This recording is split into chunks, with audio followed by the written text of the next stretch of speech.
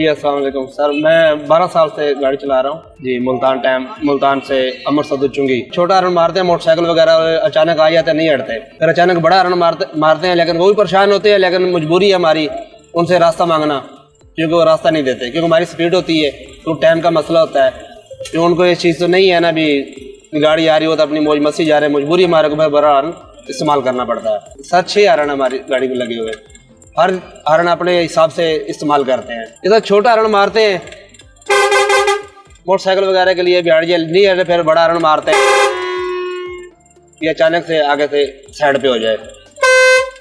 ये मारते हैं सवारी को पता लगे फलानी गाड़ी आ गई है, ये हॉर्न इस्तेमाल करते हैं। अड्डे वालों को पता लगता है फलानी नंबर की गाड़ी हमारे पास पहुंच गई है। अगले बंदे को मालूम हो जाए फलानी नंबर की गाड़ी आ रही है और पहुंच गई है टाइम पे अपने पे।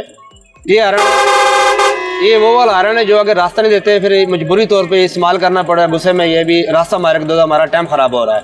जीटी रोड पे खास तौर तो यही है, मोटरसाइकिल वगैरह, रेडी, रक्षा, इसी की परेशानी दी जाती है हमारे को, क्योंकि यही रास्ता नहीं देते, यही परेशान करते हैं। जीटी रोड तो कैसे ईजी होएंगे सर? जीटी रोड पे सारा से मुश्किल जीटी रोड ही है। मोटरवे भी तो आसान है, मोटरवे छोड़ो, बस आराम से जा रहे हो, कोई भी गाड़ी आएगी, कार आएगी, पीछे से ओवरटेक करके चले जाएगी। जीटी रोड से पीछे से भी गाड़ी आ रही है, फ्रंट से भी आ रही है, साइड से भी मोटरसाइकिल वगैरह रक्शे निकलते हैं, इसलिए बहुत एक्टिव होना पड़ता है, दिमाग हाजिर नाजिर करके बैठना पड़ता है।